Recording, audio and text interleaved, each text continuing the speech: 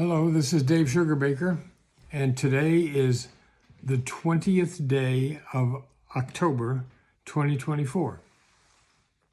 I have two short pieces of two different Psalms, both of which deal with age and aging. First from Psalm 90. The years of our life are 70, or even by reason of strength, 80, yet their span is but toil and trouble, and they are soon gone and we fly away. That's a happy thought.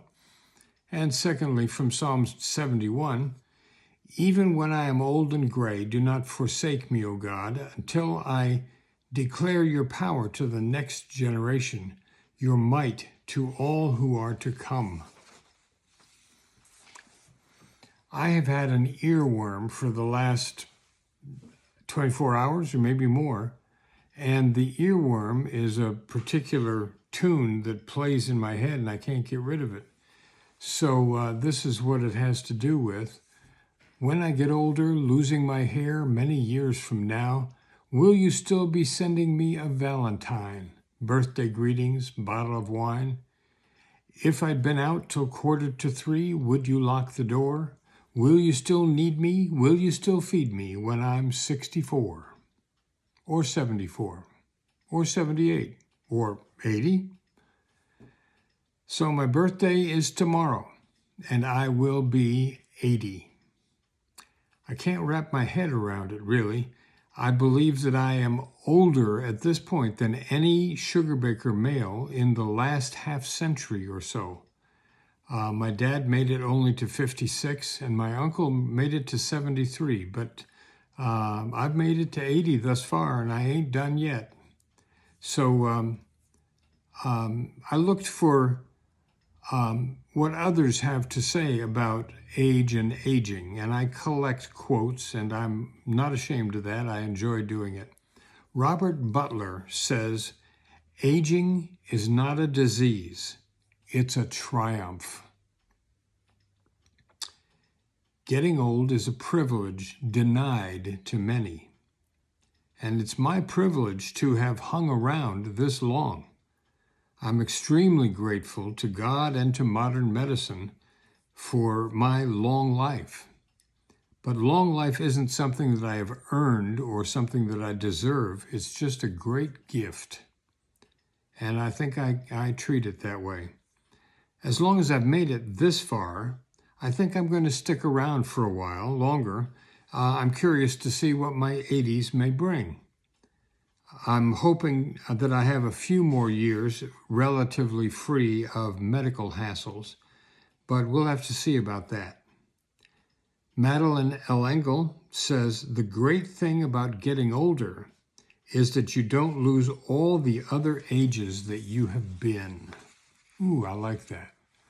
I don't feel that I've now attained a particular level of wisdom that I can dispense to younger folks. They wouldn't want to listen anyway.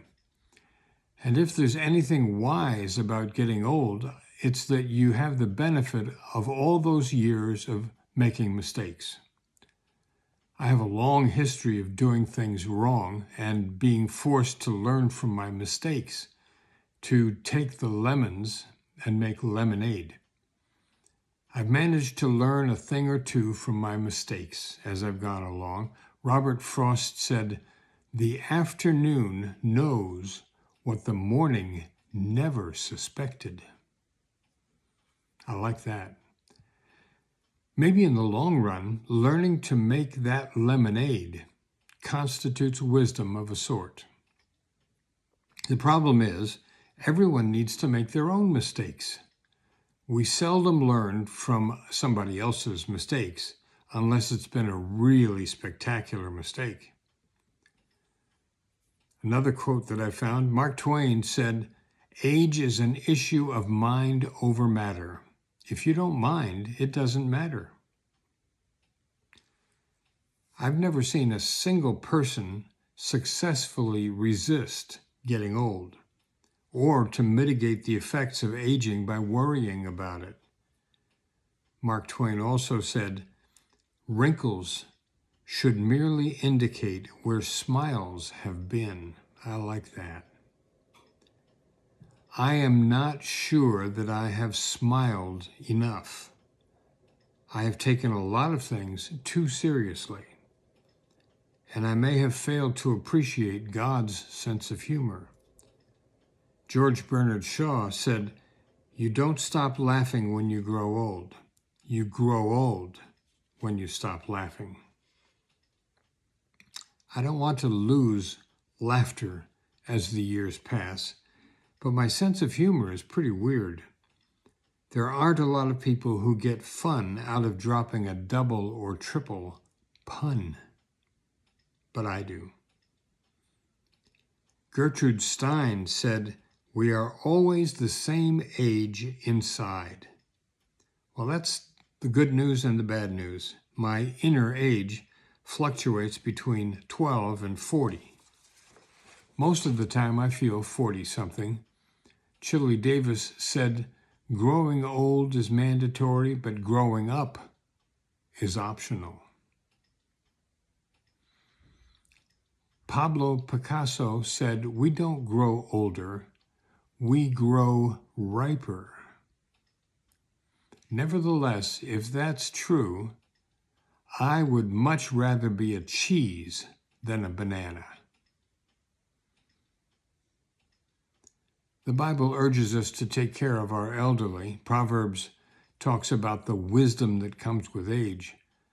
I don't want or need any particular veneration, but I would appreciate not being automatically written off because of my white beard and gray hair.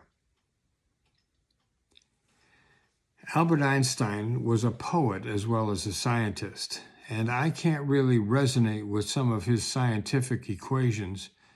Just I'm not wired that way, but I do appreciate some of his statements about how we human beings need to operate in this world. And one of the things Albert says is this: do not grow old no matter how long you live. Never cease to stand like curious children before the great mystery into which we were born. Wow. Some of you know that I savor a good quote, and I have some that really have not been incorporated into the sermon, but nevertheless, I want to pass them along to you. The first one, it's just too good to ignore. Aging is like fine wine. It's increasingly expensive, it takes time, and it makes you dizzy. And secondly, aging gracefully is just a polite way of saying you're slowly falling apart, but with dignity. And finally, this one, don't let aging get you down. It's too hard to get up. Well, that's all I can do with my birthday right now, and I appreciate your time. I hope I didn't waste your time today, but thank you for your time, and if you find any value in this, pass it along. Appreciate it. Take care of yourself, and I'll see you when I'm a year older.